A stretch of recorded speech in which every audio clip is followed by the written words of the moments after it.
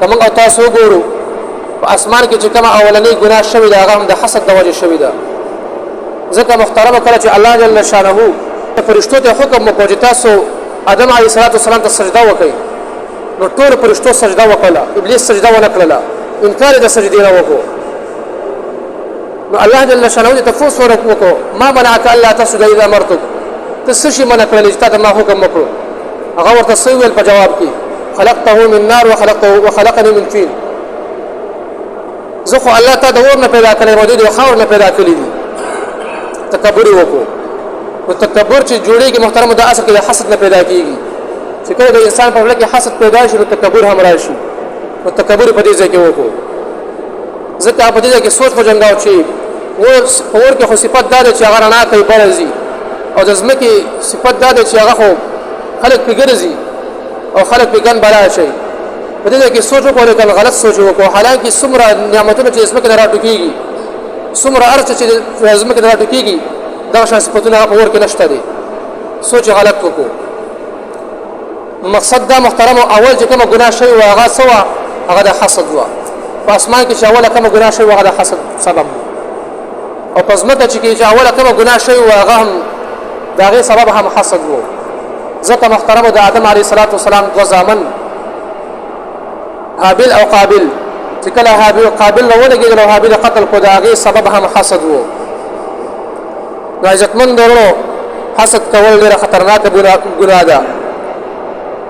ځکه حسد کول کې د الله جل شانه پر نعمت باندې خوشاله نوي د الله جل شانه په تقسیم باندې ناراضه وي ځکه محترم حسد ډیره خطرناک ګناه ده امام غزالی رحمه الله فرمایي چې د حسد مثال داسې دی لکه حاسد چې د مقصد کور ته کانه ورغورځي کانه ورولې او دا کانه واپس راځي او دا هغه په دای وسترګه ولګيږي هغه چې کوم دلاند شي به دا بل کانه راوخلي او هغه چې کوم د مقصود کور ته وولي او دا غزنه کانه واپس راشي او د په چې کوم دا بل سترګه ولګي بیا دا شان په دریم ځل به دا بل کانه راوخلي اول د کی ولي هغه کانه راشي او د چې کوم د هغه سر په ولګي سر زخمی شي دا کانه گزاري او واپس راځي د په سر لګي او د چا چې حسد کوي هغه د پتم نوي هغه ورته ګوري او خاندي ورته او د نور هم غوسه ورزي دا شان محترم او چا چې حسد کول کېږي اکثر هغه خبر هم نوي لیکن دلته چې کوم د حاسد خپل ځل خړلې وي حسد داسې د محترم لکه یو ول باندې چې نه چې کوم د هغه ولګي او هغه ونه چې کوم د ډټ کې د بار چې کوم په ظاهر ډیره خسته ښکاري لیکن هغه ډټ کلی وي دا شان ذکر د انسان په ځل کې حسد موجود وي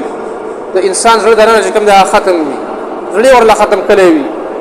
تاسو په ظاهر شکل صورت ښکاري لیکن دا نه ختم وي دا هر ټیم کې چې کوم هر وخت دا غمجن وي په سوچ کې وي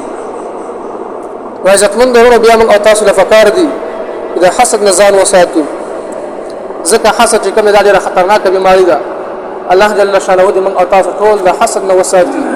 او الله جل شانه دې موږ او تاسو ټول د حاسدینو د حسد نه وساتي